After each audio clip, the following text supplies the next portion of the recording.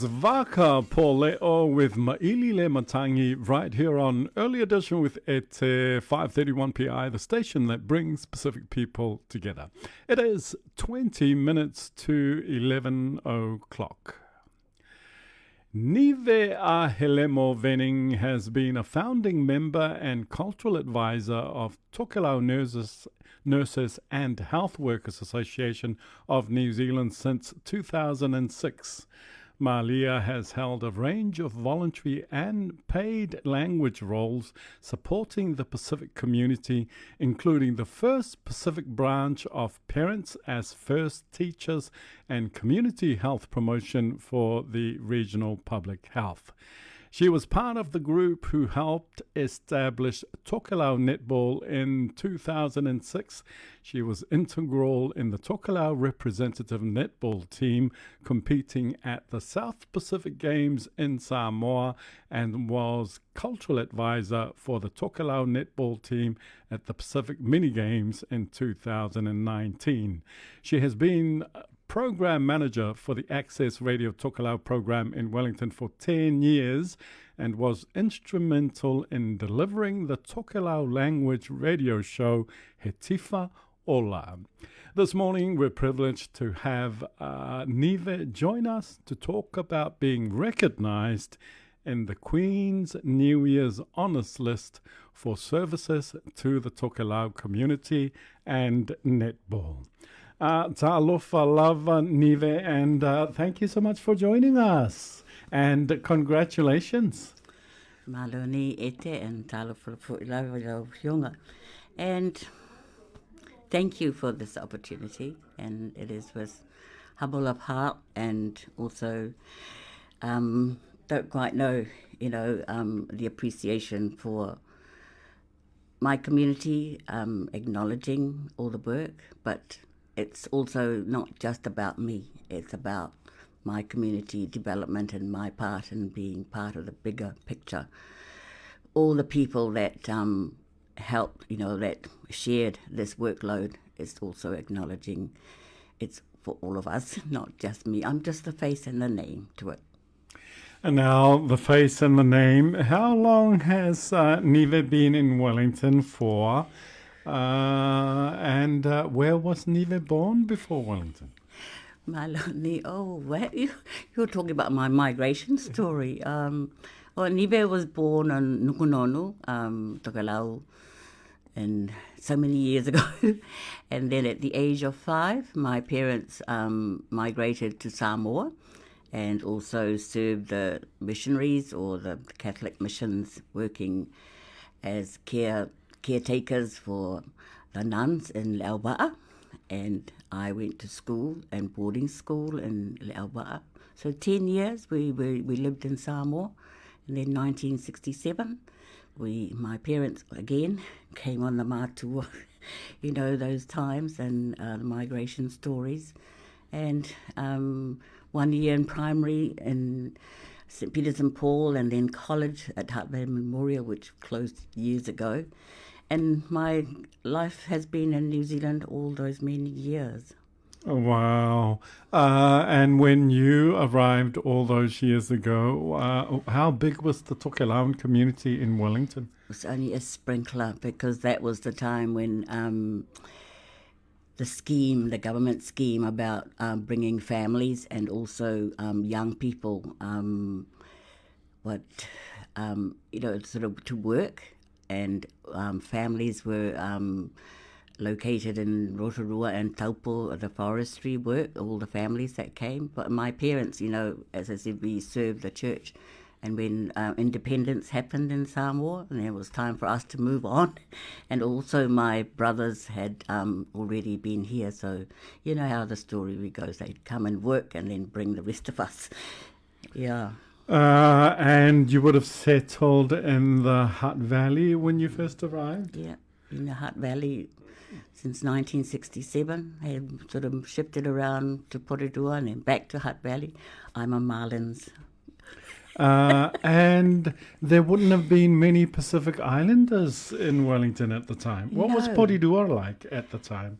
Well, when we look at the my father's working history, when he started working at the railways, and that was his only job that he had, the few families that came from Porirua and the Hutt Valley, but it grew and grew, and I think I remembering my teen years playing volleyball, I think there would have been about 10 families in the Hutt Valley that would, and looking at them now, they're spread, throughout the valley.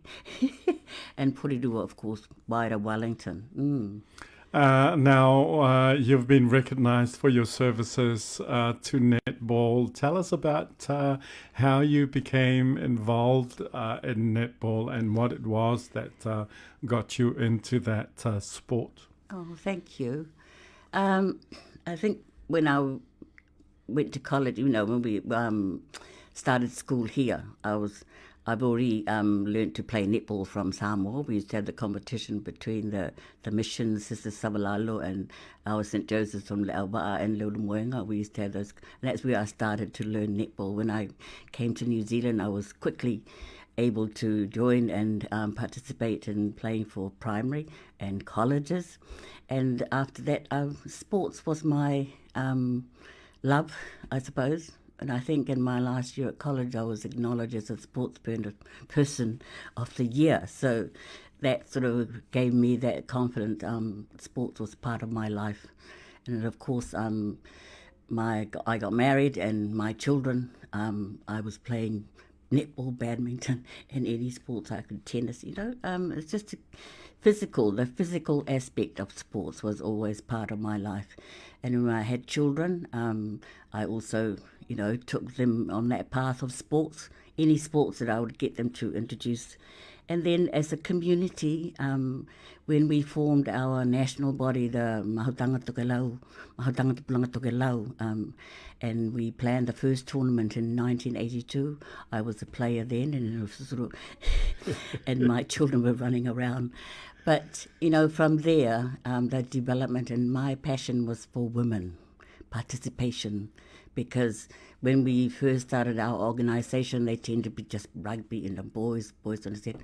Women is equally need to participate in our tournaments, in sports, and of course netball, it still remains, netball and rugby league are the two main sports that we still take part in our tournament.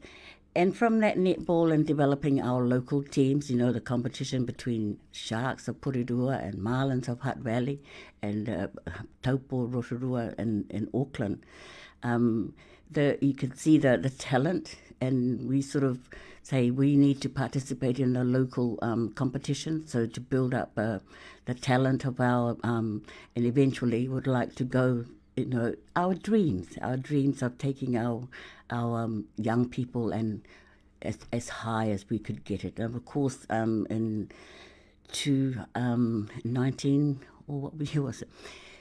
Oh, I'm getting my, is it 207?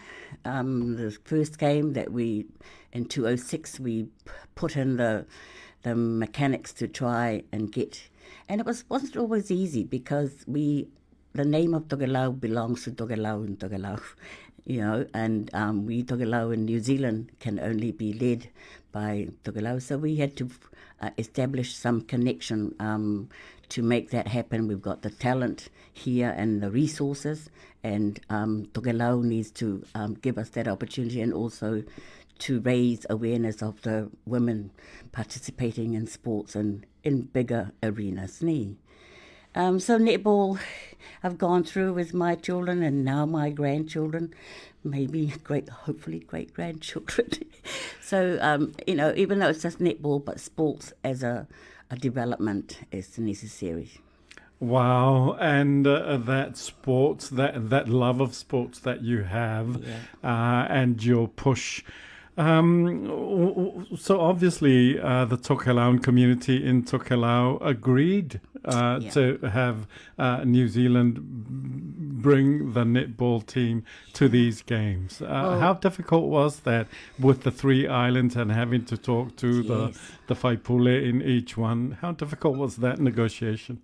It's not easy, and it doesn't change, because, each the changes of the politics and also the changes of our environment here in New Zealand too. We still work very hard as we have a national body establishing who gets the work done, and as you say, think global and act local. So we do our own local team or management administration. We train them to to come up and do that, and it's really great, and it's why I appreciate with my children participating in those areas that we older people don't know how to, the government and the communication plans, all the planning that needs to be put in place for these things to happen. Yeah, so I acknowledge them. This is their piece of work too. And sports and health, of course, go hand in hand. The more sports you play and the more active you are in those sports, the healthier you do become. And it is a mantra that you have carried on in the work that you do in the health space. Tell us about how you got into promoting wellness and healthy living on air. Oh, thank you, Ed. As a person, as a mother, and also, I must acknowledge my parents and my ancestors too, who, the importance of the values within family, looking after each other and taking care. And of course, we get educated to think of what you need to be well. And of course, and health and my passion, my dream was to be a nurse. That was my dream, for being a nurse, even though my parents would have liked me to have been a nun. But my life was in service, I suppose, is the bigger word, is serving our people and looking after the sick ones. And from there, I learned the important things and what is important for my family and health and in education and of course, well-being and promoting health. It's not just about eating good food and being exercised. You have to think all around, having homes, the health is many things, having access to information that help you develop and take better care, and also access to resources. There are so much things that we are not aware how to help ourselves, and when we don't learn or get to connect up with our local bodies, who look after our local environment as well as our national. There are so many information, and that's where radio came in, was to be, and I think mainly targeting our older community who tend to get left behind by the information because they don't access the language, and when they listen and hear, their own language, and that was where radio continues to play a big part, and of course now you yourself take part in that. I hope that answers it.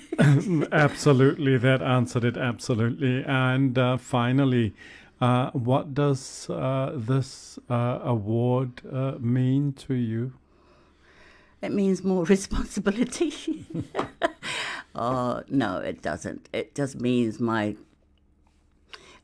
service that our life is of service and our purpose in life. And I think it's acknowledging achieving for our people is being acknowledged by this medal, and I humbly thank you. And that's what I can only say, and also acknowledge being aware it's all those people around me, and the name of Tokelauan is being acknowledged here too, so that I humbly at your feet. Queen's Service Medal recipient Nive Ahelemo Venning, whakawhitai for your time and, of course, your service to our community. Mado. You're listening to Early Edition with Ete on 531 PI, bringing Pacific people together. Coming up in 5